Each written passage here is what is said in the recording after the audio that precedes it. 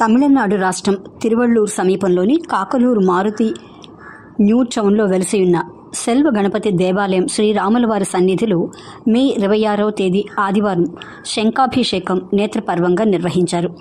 2023వ సంవత్సరం మే నెలలో ఈ ఆలయ సంప్రోక్షణ మహాకుంభాభిషేకం జరిగిన సందర్భంగా సంవత్సరాభిషేకం, సంకటహర చతుర్థి విశేష పూజలను వైభవంగా నిర్వహించారు.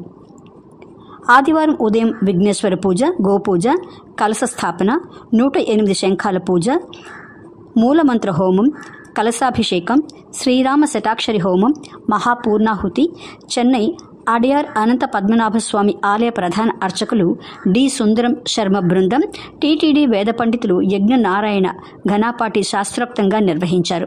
ఆలయ వ్యవస్థాపకులు ఊరా శ్రీమన్నారాయణ సరళ దంపతులు ఏర్పాట్లు పర్యవేక్షించి ముత్తైదువులకు పసుపు కుంకుమలు, భక్తులకు అన్నతీర్థ ప్రసాదాలు పంపిణీ చేశారు. ఈ పూజలో పాల్గొన్న భక్తులు జై శ్రీరామ్, గోవింద నామస్మరణలతో ఆలయ ప్రాంగణం మారుమోగింది.